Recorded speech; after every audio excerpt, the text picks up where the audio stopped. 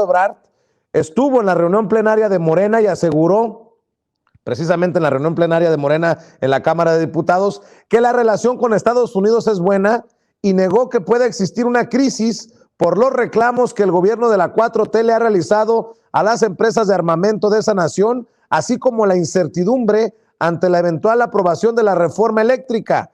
México, y cito, no tendrá crisis en ningún sentido con Estados Unidos. Los que quieran una crisis no la van a tener, dijo el secretario de Relaciones Exteriores. Cuéntame, Hamlet, veo las imágenes precisamente en donde tuviste la oportunidad de saludar al secretario de Relaciones Exteriores. Sí, Vicente, mira, la verdad es que el secretario de Relaciones Exteriores, el canciller, nos compartió algunos datos muy importantes sobre las últimas reuniones que ha habido de alto nivel, empezando por los titulares del Poder Ejecutivo de ambas naciones, e incluso de manera trilateral también con el primer ministro Trudeau, entre nuestro presidente de la República, Andrés Manuel López Obrador, Biden y el primer ministro de Canadá. Y lo que él advierte primero es que hay cierta coincidencia ideológica en algunos aspectos, como por ejemplo la carencia de cobros de impuestos a las empresas más grandes en cada uno de los países. O sea, el mismo problema que tenemos aquí de que los ricos no pagan impuestos, lo tiene Estados Unidos y lo tiene Canadá, y eso termina por limitar el margen de maniobra de los países. Segundo, Trudeau parece que tiene una propuesta progresista en varios aspectos. En cualquiera de los casos, hay una agenda muy clara de parte de México de no permitir ningún abuso en la relación bilateral con Estados Unidos y trilateral con Canadá. E incluso, pues, él ve que en otras latitudes, como en Europa, aliados tan sólidos como Francia y Alemania tienen puntos de discordancia y eso es muy natural en cualquier relación. Ocurre en las relaciones personales, de amistad, relaciones amorosas. Todo el tiempo hay conflictos o cierto distanciamiento en algunos aspectos, aunque se coincida en otros.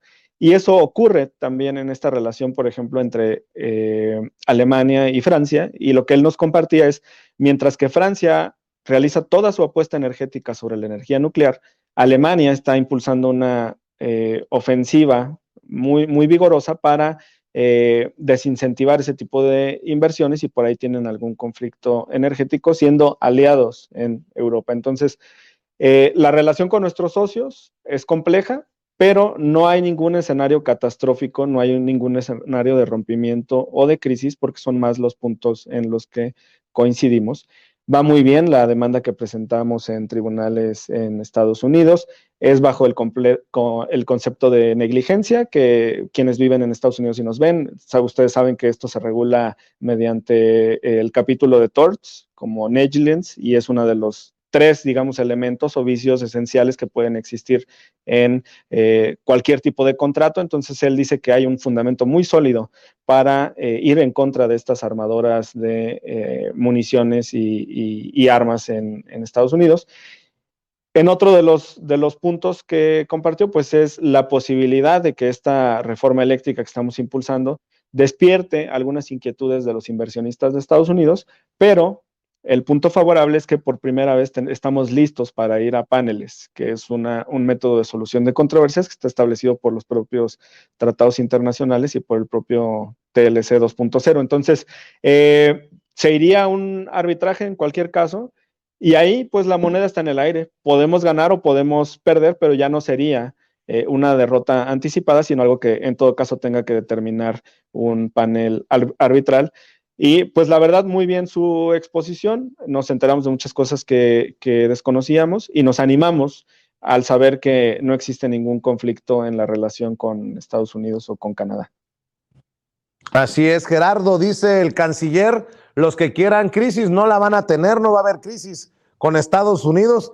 Y nada más retomo un tuit de Enrique Krause, el gran intelectual Enrique Krause, que dice: ¿asumirá el presidente de México la responsabilidad de algún problema en su sexenio? Respuesta: nunca. Digo, por lo de las crisis y que no van a tener crisis, en voz de Marcelo Ebrard y un Enrique Krause tirando el dardo envenenado al presidente Andrés Manuel López Obrador. ¿Cómo ves, Gerardo? Pues mira, esto lo viene desde el principio del gobierno del actual mandatario, o sea, cómo brincó la oposición cuando el presidente López Obrador llega a una relación, digamos, cordial con Trump, que no era una perita en dulce. Recordamos, por ejemplo, una fotografía muy emblemática donde aparece Angela Merkel, está líderes europeos muy preocupados y Trump sentado cruzado de brazos. Entonces, naturalmente, lo que siempre ha deseado en ese sentido la oposición, como arma también para golpear no solamente a la actual administración, sino su política exterior, pues es que haya precisamente lo que ellos denominaron un regaño, ¿no? Definitivamente esto no ha sido así. Hemos visto que también nuestra economía en ese aspecto no se ha movido dramáticamente no han bajado los índices de bolsa ni ha habido ninguna fluctuación de la moneda por cuestiones políticas internacionales. Entonces, en ese sentido, pues están echando sus palabras prácticamente al aire porque no tienen absolutamente ningún otro argumento más que denostar precisamente que el precepto de la mejor política exterior es la política interior, y finalmente en ese sentido Marcelo Ebrard pues se ha visto muy capaz, muy hábil en ese aspecto, incluso desde el principio de su gestión con el asunto de las vacunas, y no solamente eso, sino que ha llevado la política exterior de México a un nivel diferente. Hemos sido testigos de las llamadas con Kamala Harris, incluso con el presidente Biden, la visita de López Obrador a Estados Unidos, y bueno, en ese sentido también Marcelo Ebrard, pues sí, también es una pieza importante en ese sentido, y yo pienso que esta participación del canciller en la plenaria de Morena, pues también es un síntoma probablemente de conciliación, por un lado, de salud dentro del movimiento, una vez atravesadas las aguas turbias de las que fuimos testigos las últimas semanas con la supuesta comisión encabezada por el senador Monreal. Entonces yo creo que en ese sentido, pues es una buena señal que el canciller haya asistido y sobre todo haya aclarado que no va a haber ninguna crisis en ese aspecto y que se sostenga de una manera histórica con la demanda precisamente a las industrias de fabricantes de armas, que bueno, ya sabemos el resultado que ocurrió con el operativo Rápido y Furioso, Vicente. ¿Cómo ves, Marcelino? Menciono a Enrique Krause porque en su momento fue Enrique Krause en los periódicos más importantes como el New York Times, él, su hijo en el Washington Post, los que han pedido mano dura, que regañen a López Obrador, tanto Trump como Biden, y pues se han quedado con las ganas y creo que se seguirán quedando con las ganas, de acuerdo a lo que dice Marcelo Ebrard. Se van a quedar con las ganas Krause y toda la oposición y los conservadores, y el presidente López Obrador lo mencionó la semana pasada, el noble oficio de la política y este tipo de temas no son para cualquiera, y mencionó a los científicos cuando intentan opinar de manera a veces irresponsable sobre temas políticos o sociales, y también mencionó a los intelectuales, donde hasta una risita de esas que duelen se aventó el presidente y nombró a Krause diciendo, ya vimos el ejemplo de este tipo cuando suele hacer opiniones políticas, igual que Vargas Llosa, por ejemplo, y se van a quedar con las ganas porque ha habido una excelente representación por parte de Marcelo Ebrard en la Secretaría de Relaciones Exteriores. Yo creo que él sabe lo que representa esta secretaría, y más en este momento en donde su papel es su carta de presentación rumbo al 2024, es lo que busca también con ese acercamiento al movimiento, poder destrabar situaciones y complejidades que, bueno, en los últimos meses se han visto y se han estado analizando dentro del movimiento. Es su carta de presentación, y obviamente el que no haya tensiones, el que no haya problemáticas con Estados Unidos, también con Canadá, pues bueno, seguirá haciendo su presentación rumbo al 2024, que es lo que lo tiene muy bien posicionado, aparte con temas demasiado sensibles. El tema del armamento el tema de la seguridad para nosotros y para el presidente López Obrador ha sido fundamental, y sabemos que no es como en tiempos de Peña Nieto, de Calderón, que inundando de armas, de helicópteros artillados vamos a solucionar este tipo de problemas, sino regulando el tráfico legal e ilegal también de